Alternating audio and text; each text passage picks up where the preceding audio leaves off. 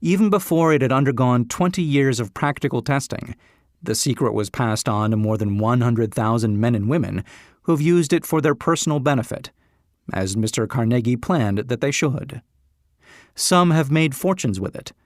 Others have used it successfully in creating harmony in their homes. A clergyman used it so effectively that it brought him an income of upwards of $75,000 a year. Arthur Nash, a Cincinnati tailor, used his near-bankrupt business as a guinea pig on which to test the formula. The business came to life and made a fortune for its owners. It is still thriving, although Mr. Nash has gone. The experiment was so unique that newspapers and magazines gave it more than $1 million worth of laudatory publicity. The secret was passed on to Stuart Austin Weir of Dallas, Texas. He was ready for it, so ready that he gave up his profession and studied law. Did he succeed? That story is told too. I gave the secret to Jennings Randolph the day he graduated from college, and he has used it so successfully that he is now serving his third term as a member of Congress, with an excellent opportunity to keep on using it until it carries him to the White House. While serving as advertising manager of the LaSalle Extension University, when it was little more than a name, I had the privilege of seeing J.G. Chaplin, president of the university, use the formula so effectively that he has since made the LaSalle one of the great extension schools of the country. The secret to which I refer has been mentioned no fewer than 100 times throughout this audiobook. It has not been directly named, for it seems to work more successfully when it is merely uncovered and left in sight, where those who are ready and searching for it may pick it up. That is why Mr. Carnegie tossed it to me so quietly, without giving me its specific name. If you are ready to put it to use, you will recognize this secret at least once in every chapter. I wish I might feel privileged to tell you how you will know if you are ready, but that would deprive you of much of the benefit you will receive when you make the discovery in your own way. While this book was being written, my own son, who was then finishing the last year of his college work, picked up the manuscript of Chapter-2, read it, and discovered the secret for himself. He used the information so effectively that he went directly into a responsible position at a beginning salary greater than the average man ever earns. His story has been briefly described in Chapter 2. When you listen to it, perhaps you will dismiss any feeling you may have had at the beginning of the program that it promised too much.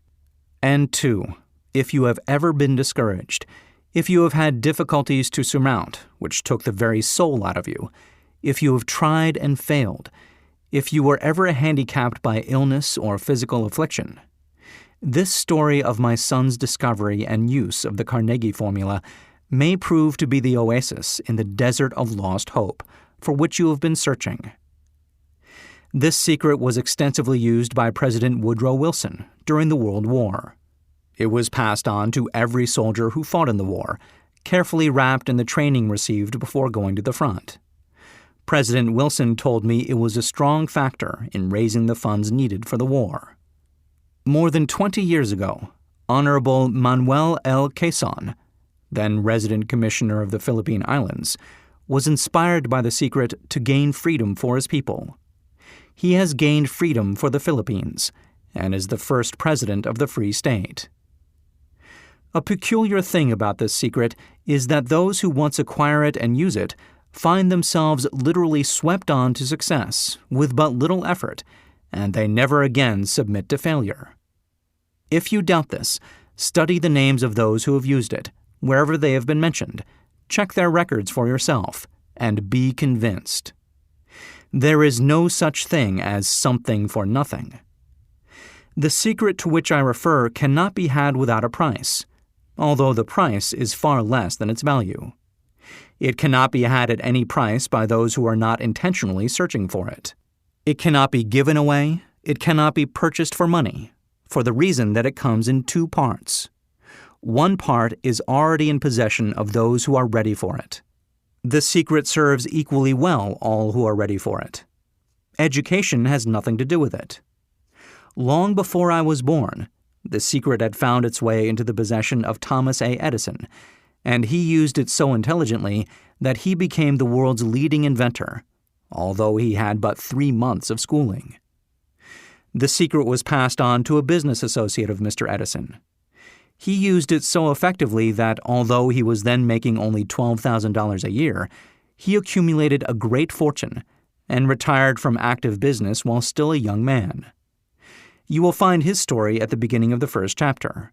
It should convince you that riches are not beyond your reach, that you can still be what you wish to be, that money, fame, recognition, and happiness can be had by all who are ready and determined to have these blessings. How do I know these things? You should have the answer before you finish this audiobook. You may find it in the very first chapter or at the very end.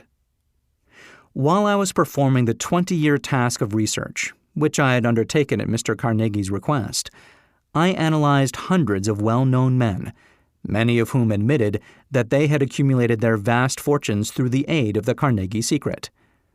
Among these men were Henry Ford, William Wrigley, Jr., John Wanamaker, James J. Hill, George S. Parker, E. M. Statler, Henry L. Doherty, Cyrus H. K. Curtis, George Eastman, Theodore Roosevelt, John W. Davis, Elbert Hubbard, Wilbur Wright, William Jennings Bryan, Dr. David Starr Jordan, J. Ogden Armour, Charles M. Schwab, Harris F. Williams, Dr. Frank Gonzalez, Daniel Willard, King Gillette, Ralph A. Weeks, Judge Daniel T. Wright, John D. Rockefeller, Thomas A. Edison, Frank A. Vanderlip, F. W. Woolworth, Colonel Robert A. Dollar, Edward A. Filene, Edwin C. Barnes, Arthur Brisbane, Woodrow Wilson, William Howard Taft, Luther Burbank, Edward W. Bach, Frank A. Munsey, Elbert H. Gary, Dr. Alexander Graham Bell, John H. Patterson, Julius Rosenwald, Stuart Austin Weir, Dr. Frank Crane, George M. Alexander, J. G. Chaplin, Honorable Jennings Randolph, Arthur Nash, Clarence Darrow.